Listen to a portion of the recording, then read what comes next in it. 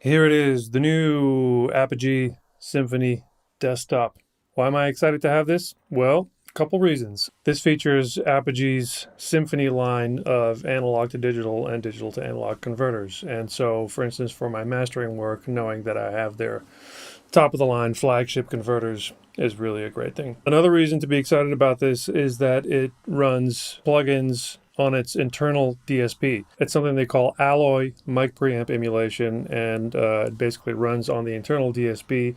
It's a combination of analog circuitry and digital signal processing to get these emulations of, for instance, a Neve preamp and an old Ampex 2 preamp. So for, recording bass and things like that, that's going to be really exciting. One headphone output here and one headphone output back here that can run separate mixes. There's a guitar and or bass input here. Two more analog inputs here. Input 2 is shared with this front input, so you can only use one of those at a time, if that makes any sense.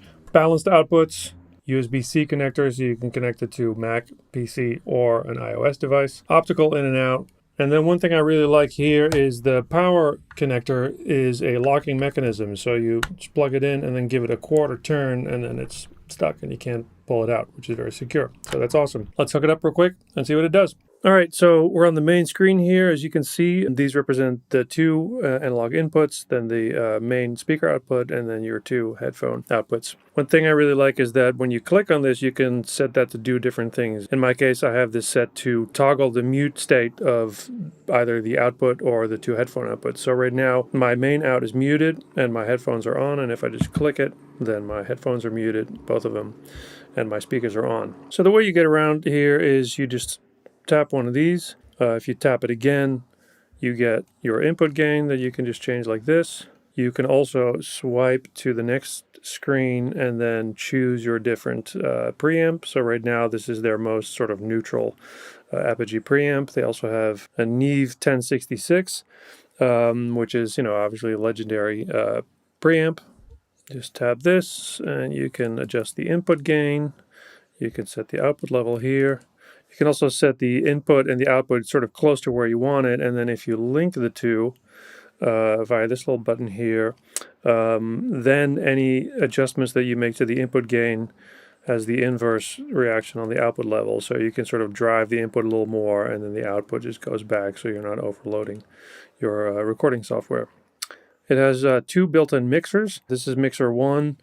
You can basically set the levels for your analog inputs, your optical inputs, the playback from your recording software, and then your master. And you could just hit any one of these repeatedly to get, in this case, to the different analog ins, your optical inputs, playback, or you can just swipe. And then this is how you get back to the main screen.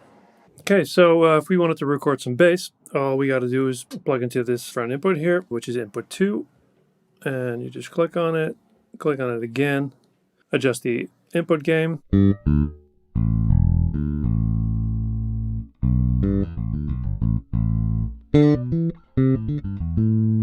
And then over here, you can choose those different preamps. So right now we're on the regular Apogee preamp. We can choose the Neve. Adjust the input gain.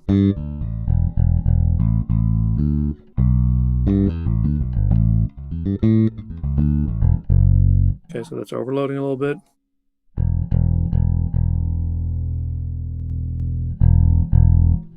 There's the output. Still a little hot, so I'm just going to back it down to about here.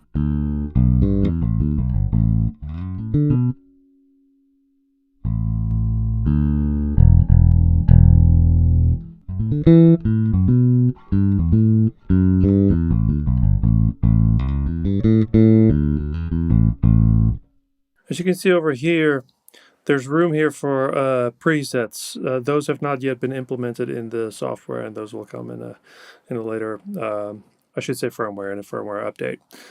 So for now, those are disabled, but those are coming. Let's check out the Ampex 2 preamp.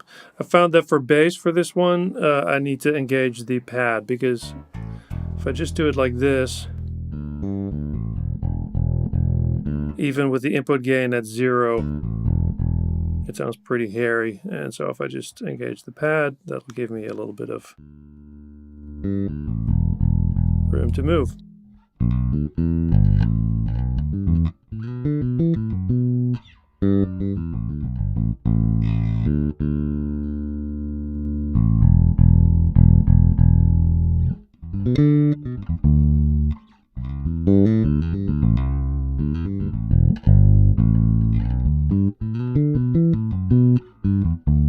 All right.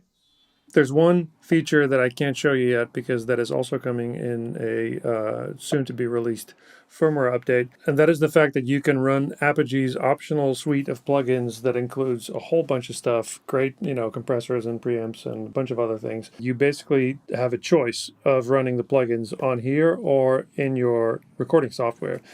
And to me, that's great. When you're tracking, you can run it directly off the DSP, which means almost no latency, and you can make the mix exactly like you want it to be. And then, let's say you're maybe on the road or on the go and you don't have this thing with you, those plugins will run exactly like you had them in your recording software, in your DAW. And so to me, not being tethered to this device for your projects and your sessions is really, really huge. I love the way they implemented that. All right, we'll leave it there for now.